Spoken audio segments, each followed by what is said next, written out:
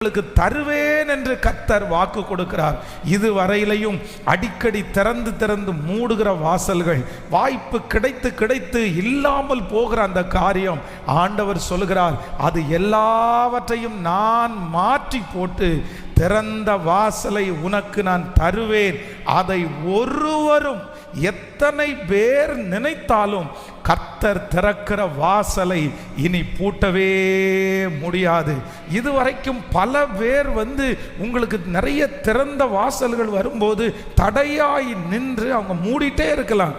ஆனால் ஆண்டவர் வாக்கு கொடுக்கிறார், உனக்கு முன்பாக திறந்த வாசலை வைத்திருக்கிறேன்.